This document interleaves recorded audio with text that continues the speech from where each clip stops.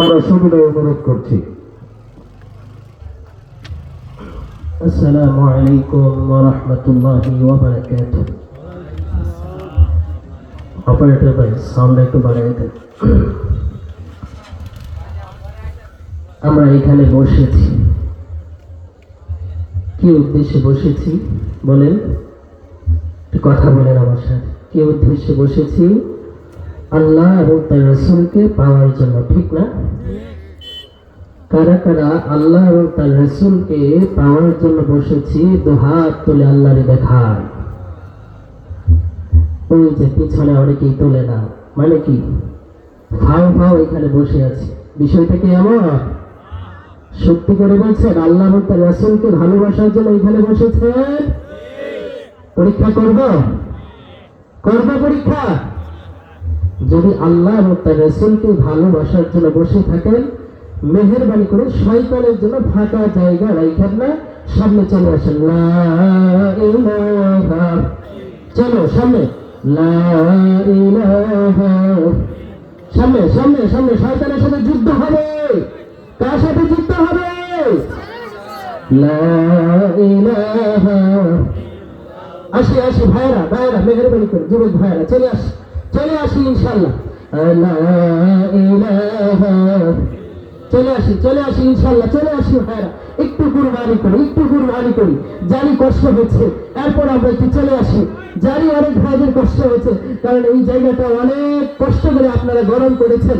এই গরম জায়গাটাকে আপনারা ছেড়ে এইখানে এসেছেন। আসেন আসেন, একটু কুরবানি করেন সবাই। লা ইলাহা, ও লা ইলাহা, ও লা ইলাহা।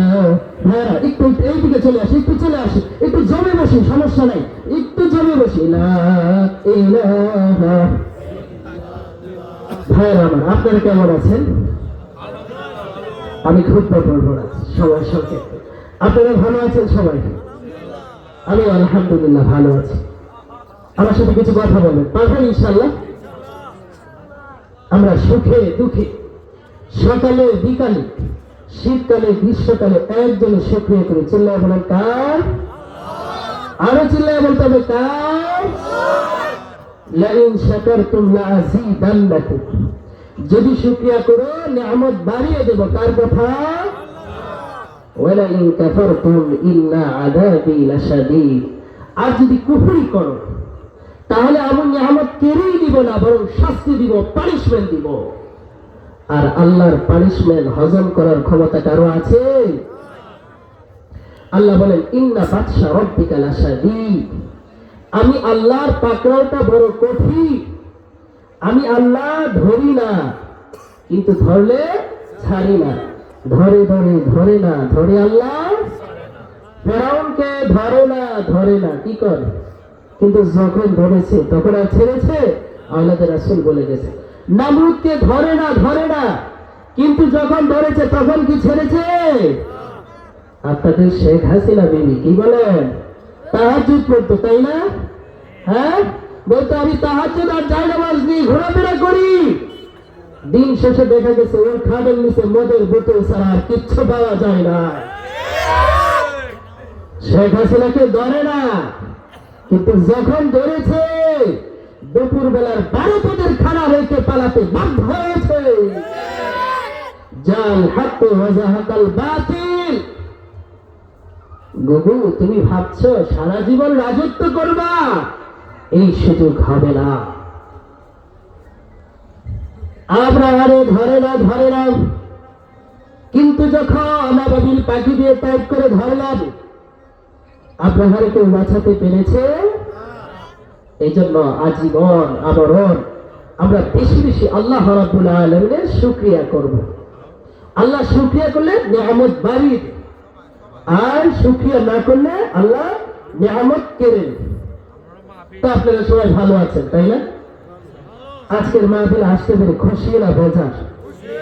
আল্লাহর রাসূল চলে গেছে, আপনারা সংখ্যায় কমে গেছেন, মনটা মনে কেমন ভাঙ্গা, কি বলে? তো আমরা যদি খুশি হই তো আওয়াজ করে পড়ুন আল্লাহু আকবার। আমরা ফরমালি আল্লাহ রাব্বুল আলামিনকে থ্যাঙ্কস জানাই যে আল্লাহ রাব্বুল আলামিন আমাদেরকে এই ধরনের চমৎকার একটি পরিবেশে বসে কোরআন শোনার এবং বলার তৌফিক দান করেছেন। এই জন্য সকলে বলো রব্বানা লাকাল হামদ হামদান কাসীরা তাইয়িবান মুবারাকান ফীহি ইয়া রাব্বি লাকাল হামদু বিল ঈমান লাকাল হামদু বিল ইসলাম লাকাল হামদু বিল কোরআন। আমরা প্রশংসা করলাম কার? জিকির করলাম কার? আল্লাহরে তার সুন্দর নামগুলো ধরে ধরে ডাকতে কেমন লাগে? আপনার আমার অন্তরে যত জ্বালা যন্ত্রণা মিটিয়ে দিতে পারে কে? কেউ যেটা পারে না পারে কে? কেউ যেটা দেয় না দেয় কে? কেউ যেটা দেখে না দেখে কে? দেখেন আমাদের মাথার উপরে সুবিশাল আকাশ, এক আকাশের উপরে আরেক আকাশ, তার উপরে কোরআনের বাড়ি, তার উপরে লৌহে মাহফুজ, তার উপরে সিদরাতুল মুনতাহা, তার উপরে আল্লাহর আরশ। ওখান থেকে ৭০,০০০ নূরের পর্দা ভেদ করে রব্বুল আলামিন আমাদের উপর রহমত বর্ষণ করছে। সুবহানাল্লাহ। বাড়িতে যাই আমি আরো জোরে বলেন সুবহানাল্লাহ। শুধু তাই নয়, এই সপ্তম জমিনের নিচ দিয়ে যদি নীরবে নিঃশব্দে কোনো পিপীলিকা হেঁটে যায়, ওই পিপীলিকার পায়ের আওয়াজটাও আল্লাহ শুনতে পায়। আসুন আমরা সবাই সে আল্লাহর বরত্ব ঘোষণা করি। আল্লাহ বলেন ওয়ারাব্বাকা ফাকাব্বির। নবী আপনি আপনার রবের বরত্ব ঘোষণা করেন। আমরা আল্লাহর নামে 3টা তাকবীর দিয়ে আমাদের মূল আলোচনায় চলে যাব। পারা যাবে মুসলমান? আল্লাহর নামে 3টা তাকবীর দেওয়া যাবে। এখানে একটা খেলা হবে। খেলা হবে? খেলা হবে। অতীতে বলতো মনে আছে, আওয়ামী লীগের জমানা আছে, খেলা হবে। এখন তো আমরা খেলার জন্য বসে আছি। কোথায় কোথায় তুমি কোথায়? এই দিন না আরো দিন আছে। ওয়াল্লাহুম্মা মালিকাল মুলক তুতিল মুলক মান তাশা। ক্ষমতার চেয়ার কার? ক্ষমতার চেয়ার খার? ভাইরা, তো খেলাটা জমানোর জন্য বিবাহিত বনাম অবিবাহিত, বিবাহিত কয়জন আছেন হাত তোলেন দেখি। আপনাদের দলে আমিও আছি। অবিবাহিত কয়জন আছেন হাত তুলেন দেখি। অবিবাহিত কম, বিবাহিত বেশি। মানে কি এটা বিবাহিতদের মাহফিল। তা আমি যখন আল্লাহু আকবার বলবো তখন আপনারা সবাই বিবাহিত যারা আছেন প্রথমে একটা তাকবীর দেবেন, দ্বিতীয় অবিবাহিত, তৃতীয় বিবাহিত, আর অবিবাহিত কোনো কথা নাই। সবাই তাকবীর দিয়ে গলা ফাটায় ফেলবো। তারা যাবে মুসলমান। বিবাহিত রেডি রেডি রেডি? অনেকে এই যে কাশি দিয়ে গলা ঠিক করতেছে। হ্যাঁ রেডি যে এরা বলতে পারে না। এটা কি মহিলা সমাবেশ? কি বলে? হ্যাঁ আপনারা কি মহিলা না পুরুষ? কথা বলে। শুধু পুরুষ না সুপুরুষ? শুধু কি সুপুরুষ না ইমানদার সুপুরুষ? আর ইমানদার সুপুরুষের আওয়াজ তো আকাশ বাতাস চন্দ্র সূর্য ব্যক্তি আল্লাহর আরো ঘটিয়ে ডাক্তার লেগে। তো পারা যাবে মুসলমান? লিল্লাহি তাকবীর। মাশাআল্লাহ। শয়তান ৭,০০০ মাইল দূরে পালাইছে। আমার কথা না, হাদিসের কথা। এবার অবিবাহিতরা দেখবা, অবিবাহিতরা রেডি রেডি? লিল্লাহি তাকবীর। ৩০০ গোল। অবিবাহিতরা জিতছে, বিবাহিতরা হারছে। এবার অবিবাহিত আর বিবাহিত কোনো কথা নাই। লিল্লাহি তাকবীর, লিল্লাহি তাকবীর, লিল্লাহি তাকবীর। বিশ্বনবী সাল্লাল্লাহু আলাইহি ওয়াসাল্লাম মক্কায় তাহাজ্জুদের সালাত পড়ে আল্লাহর কাছে দোয়া করেছেন, আল্লাহ মক্কার যে অবস্থা, আমি তোমার কাছে 2জন ব্যক্তি চাই। 2জন। চিল্লায় বলেন কয়জন? কান দুইটা খাড়া করেন। যুদ্ধ হবে, জিহাদ হবে। কান দুইটা খাড়া করেন। কোরআনের পক্ষে যুদ্ধ করতে রাজি আছেন না? আল্লাহ তোমার কাছে 2জন ব্যক্তি চাইব। কয়জন? আল্লাহুম্মা আইজ্জিল ইসলাম বিআহাদির রাজুলাইন। ও আল্লাহ, তোমার কাছে দুইজন ব্যক্তি চাই, ইম্মা ওমর আব্দুল খাত্তাব, হয়তো খাত্তাবের বেটা ওমরকে দাও, খাত্তাবের বেটা ওমরকে ইসলামের জন্য কবুল করে ইসলামের সুশীতল ছায়াতলে এলে ইসলামকে বিজয় দান করো। ওয়া ইম্মা আবু জাহল ইবনে হিশাম, না হয় হিশামের বেটা আবু জেহেলকে তুমি ইসলামের জন্য দাও, হিশামের বেটা আবু জেহেলকে ইসলামের জন্য তুমি কবুল করো। সাথে সাথে ওমর ফারুকের জন্য দোয়াটা কবুল করে দিয়েছেন কে? দোয়া ইজ লাইক এ মিসাইল। দোয়া হচ্ছে মিসাইলের মতো। যুদ্ধের ময়দানে মিসাইল হামলা হয় না? ওই মিসাইল যেইখানে যেই লক্ষ্য বস্তুতে আপনি আঘাত করবেন ওখানে গিয়ে ছোঁয়া লাগবে, ওখানে গিয়ে স্পর্শ করবে। ঠিক তেমনি ভাবে আপনি যদি দোয়ার মতো দোয়া করতে পারেন, যেই উদ্দেশ্যে দোয়া করবেন ওই উদ্দেশ্যে গিয়ে এই দোয়ার স্পর্শ ছোঁয়া ওই জায়গায় গিয়ে লাগবে।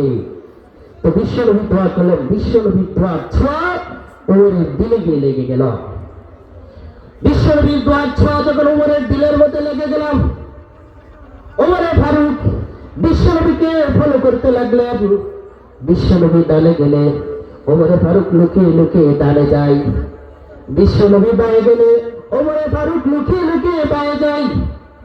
ইন দ্য মিনটাইম একদিন বিশ্বনবী ইশার সালাতে মসজিদুল হারামের মধ্যে সূরা হাক্কা তিলাওয়াত করছেন। কোন সূরা? সূরা হাক্কা।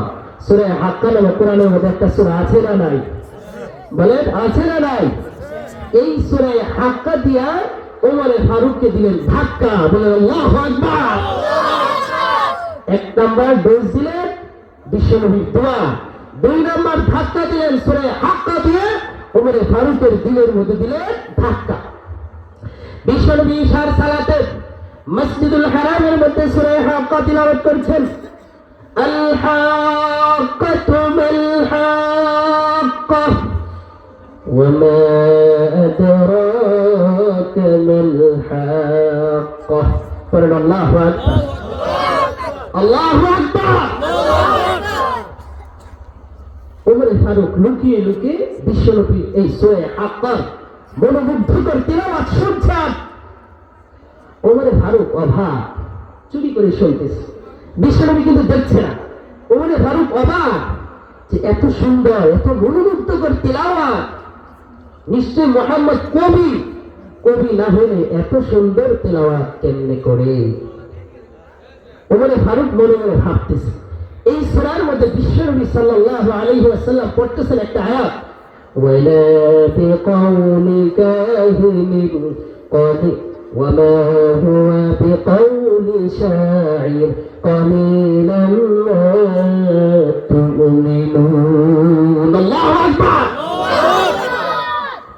এই কোরআনটা কোনো কবির বানানো কবিতা নয়। খুব অল্প সংখ্যক লোকই তোমরা এই কোরআনের উপর ঈমান আনো। ওমরে ফারুক থমকে গেলেন, ব্যাপার কি? মনে মনে ভাবলাম এটা কবিতা, মুহাম্মদ কবি হয়ে গিয়েছে। মুহাম্মদের উত্তর দেয়, বুঝলাম না, মানে কি? আমার দিলের মধ্যে যা চলতেছে মুহাম্মদ মনে হয় তা বুঝতেছে, মানে মুহাম্মদ গণক। ওমরে ফারুক দিলে দিলে যেটা বলে আর মুহাম্মদ সেটা তেলাওয়াত করে, এটাকে বলে কোইন্সিডেন্ট। আপনি মনে মনে যার কথা কল্পনা করছেন হঠাৎ করে বাজারে গিয়ে দেখেন তার সাথে দেখা, এরকম হয় না? তো ওমরে ফারুক যেটা চিন্তা করতেছে বিশ্বনবী ওই আয়াত দিয়ে তেলাওয়াত করছেন। বলেন আল্লাহু আকবার।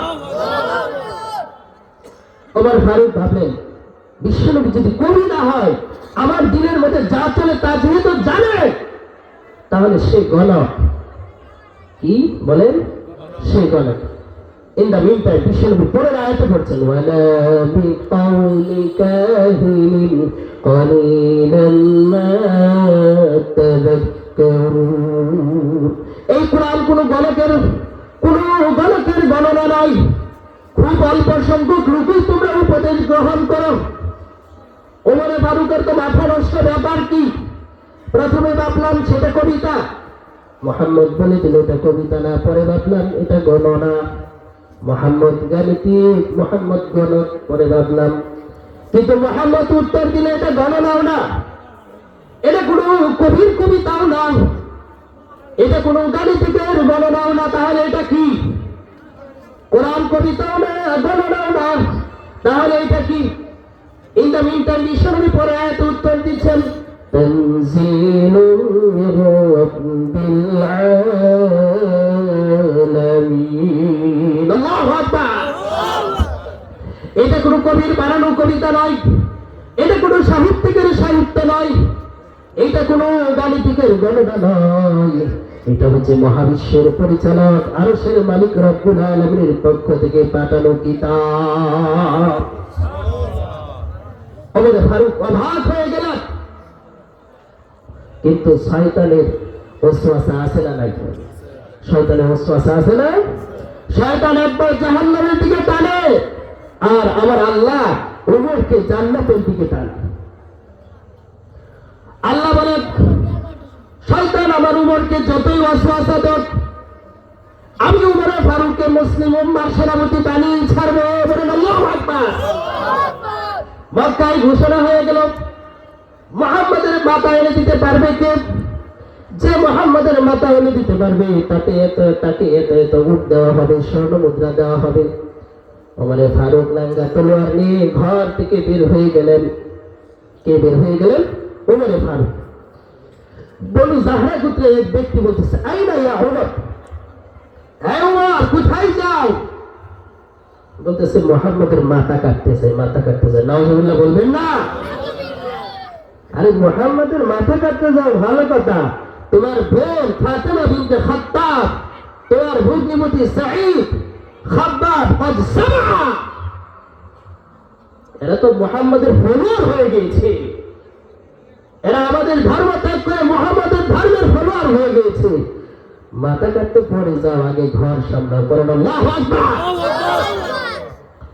ওমর ফারুক ঘরের দরজার মধ্যে আঘাত করলেন,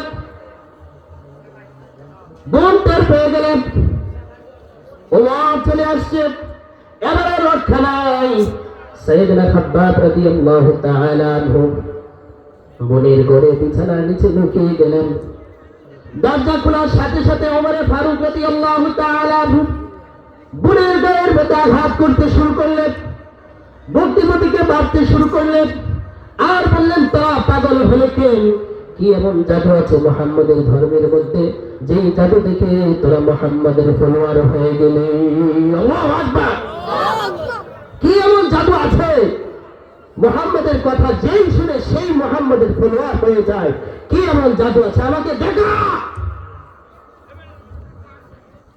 কিন্তু বোন বলতেছে, ইন্নাকা রিজসুন লা ইয়ামাসসুহু ইল্লাল মুতাহহারুন।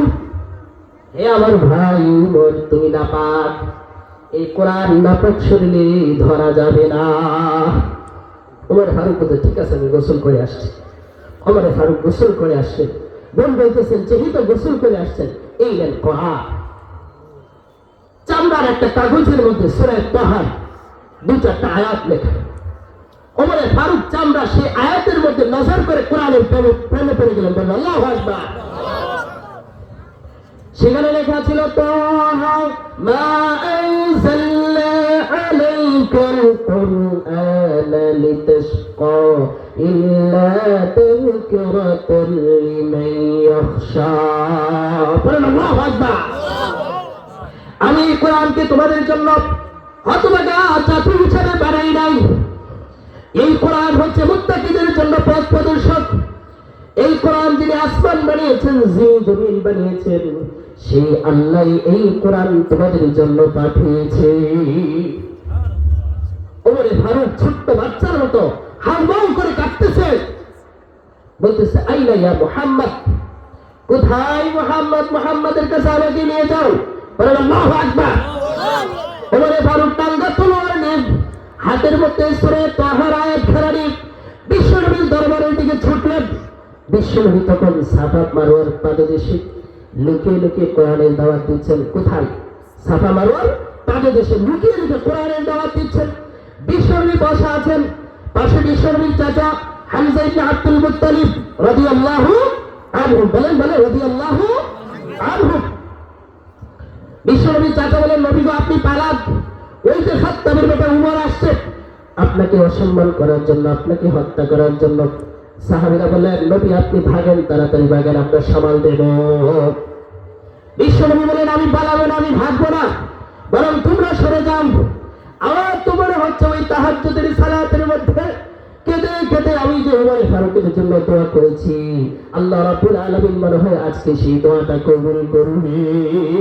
আল্লাহু আকবার। উমর ফারুক আমার দরবার পর্যন্ত আসতে দাও। উমর ফারুক আসার সাথে সাথে দু হাত তুলে ঘোষণা করলেন, আশহাদু আল্লা ইলাহা ইল্লাল্লাহ ওয়া আশহাদু আন্না মুহাম্মাদান আবদুল্লাহি ওয়া রাসূলুহু। আমি সাক্ষ্য দিচ্ছি আল্লাহ ছাড়া আর কোনো মাবুদ নাই, আপনি হচ্ছেন প্রেরিত রাসূল, আপনি হচ্ছেন আল্লাহর বান্দা। মুসলিম সাহাবারা উমরের ইসলাম গ্রহণ দেখে খুশি আর আনন্দে হয়ে গেল, তাদের মধ্যে খুশির জোয়ার চলে আসলো। বিশ্বনবী খুশি হয়ে উমরের সাথে মুআনাকা করলেন। কি করলেন? মুআনাকা করলেন। আর কানে কানে উমরে ফারুক বললেন, আলাসনা আলাল হাক্কি, নবী গো আমরা কি সত্যের উপরে নয়? উমর বিশ্বনবী বলেন, হ্যাঁ নাম নাহনু আলাল হাক্কি, আমরা সত্যের উপরে। তো উমরে ফারুক কই, হুজুর আপনি গোপনে গোপনে দাওয়াত দেন কেন? ফিমাল ইখতিফা, গোপনে কেন? প্রকাশ্যে আসেন। আমি উমর তো কালিমা পড়ে ফেলছি, বলেন আল্লাহু আকবার। আমি তো কালিমা পড়েছি, আসেন আমার সাথে। গোপনে কেন? ফিমাল ইখতিফা, গোপনে কেন? গোপনে নয়, প্রকাশ্যে হবে ইসলামের দাওয়াত। বিশ্বনবী বললেন, ওমর এটা হচ্ছে মাক্কি জামানা, আমরা এখানে কিছুদিন গোপনে গোপনে ইসলামের কাজ করতে চাই। কিন্তু ওমরে ফারুকের দিল তো মানে না। ওমরে ফারুক বললেন, হুজুর আপনার নেতৃত্বে, আপনার হুকুমে আমি এই মক্কার জমিনের মধ্যে একটা আল্লাহু আকবারের মিছিল দিতে চাই। বলেন আল্লাহু আকবার। আল্লাহু আকবারের মিছিলে গোটা মক্কার বড় জমিন থরথর করে কাঁপতে থাকবে। কিন্তু বিশ্বনবী অনুমতি দিতে চায় না, বলে উমর দেওয়া যাবে না। অনেক রিকোয়েস্ট করার পরে বিশ্বনবী ওমরে ফারুককে অনুমতি দিলেন। কিন্তু মিছিল করবে, লোক পাবে কোথায়? কর্মী পাবে কোথায়? কর্মী নাই। ওমরে ফারুক খুঁজে খুঁজে 11 জন নৌ মুসলিম সাহাবা বের করলেন। কয়জন? আমি জিজ্ঞেস করবো কিন্তু পরবর্তীতে। কয়জন সাহাবা বের করলেন? 11 জন সাহাবা বের করলেন। 2টা কাতার করলেন। কয়টা কাতার? পিছনের কাতারে 6 জন, সামনের কাতারে 5 জন।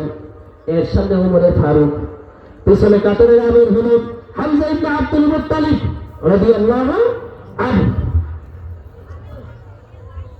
এই 3 কাতার হওয়ার পরে ওই দিন সাফা মারওয়ার পাদদেশে দাঁড়িয়ে ওমরে ফারুক একটা ভাষণ দিয়েছিলেন, এক বাক্যের। কয় বাক্যের?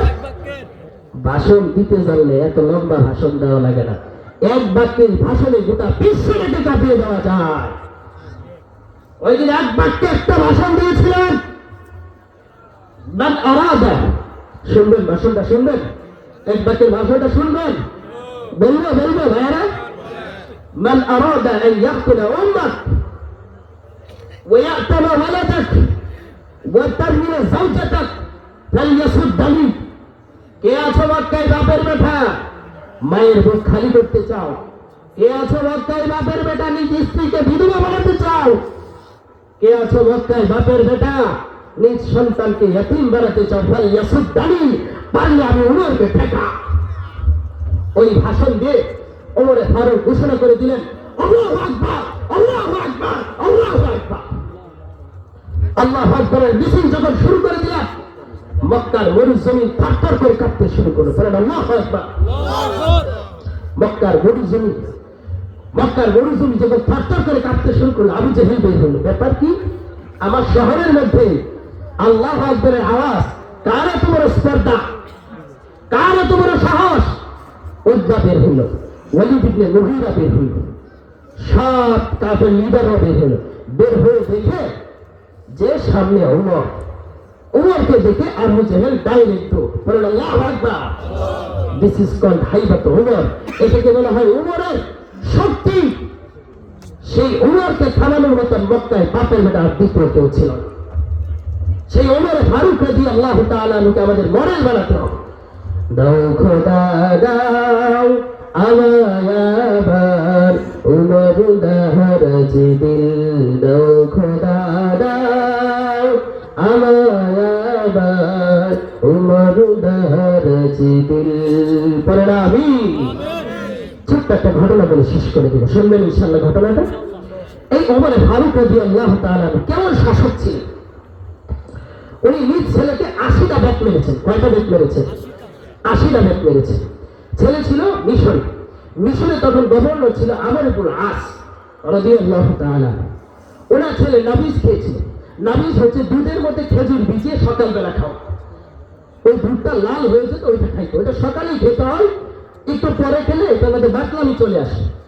তো মাতলামি চলে আসছে, উনি খাইছেন নাবিজ খাওয়ার কারণে। কিন্তু ব্যাট মারতে হয় প্রকাশ্যে, জনসম্মুখে। কিন্তু এই সাইয়েদনা আমর ইবনে আস ব্যাট মেরেছেন গোপনে। এই সংবাদ ওমর ফারুক রাদিয়াল্লাহু তাআলা আনহুর কানের মধ্যে আসলো। আসার সাথে সাথে ওমর ফারুক ছেলেকে ঢাকায় আনলেন মিশর থেকে।